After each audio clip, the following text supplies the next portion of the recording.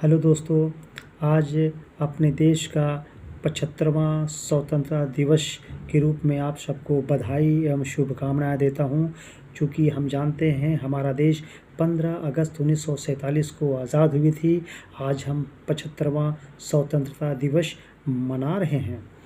चूँकि हमारा देश विश्व में दूसरी सबसे बड़ी जनसंख्या वाला देश है और हमारे नागरिक विश्व में हर एक जगह कोई ना कोई एक पद में आसीन हो, या तो इकोनॉमी के क्षेत्र में हो, या टेक्नोलॉजी के क्षेत्र में हो, या शिक्षा के क्षेत्र में हो, या मेडिसिन के क्षेत्र में हो।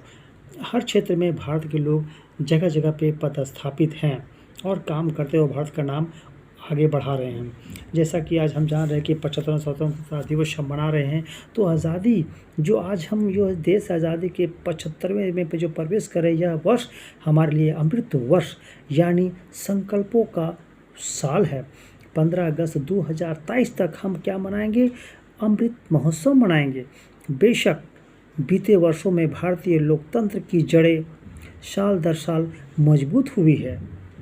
भारत ने वैश्विक समाज को अपने स्वतंत्र लोकतांत्रिक मूल्यों के जरिए स्वाधीनता, स्वावलंबन, सुशासन, संवेदना, सहकार, संयम, सृजन, शक्ति, शांति, कूटनीति का पाठ भी पढ़ाया।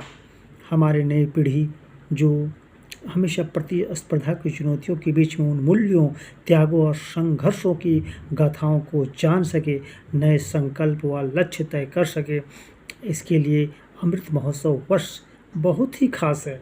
क्योंकि भारत राष्ट्र व उसका गौरव सर्वोपरि है।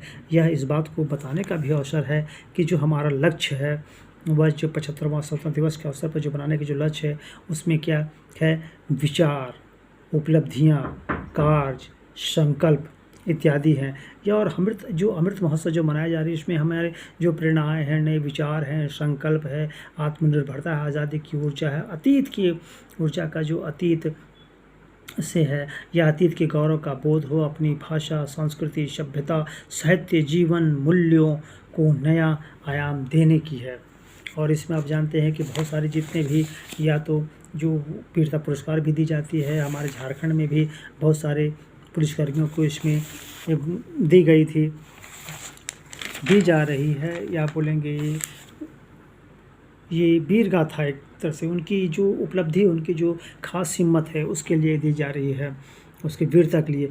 हमारा जो भारत देश है वो आर्थिकी सुधार में भी राष्ट्र का निर्माण कर रही है, या तो भूमि सुधार हो, या हरित क्रांति हो, या तकनीकी दक्षता के क्षेत्र में भी हमारा यह देश आगे बढ़ रही है। जैसे आप क्या बोलेंगे, जो पहला टेस्ट ट्यूब बेबी का जन्म हुआ था, यहीं पे हुआ था भारत में। अंटार्कटिका में भारत का पहला वैज्ञानिक बेस स्टेशन आपका यहीं पे भारत में 1991 को तैयार हुआ। भारत का पहला सुपर कंप्यूटर यहीं का है। 2004 में ईवीएम के जो माध्यम से वोटिंग जो हुई थी, वो भी यही हुई थी।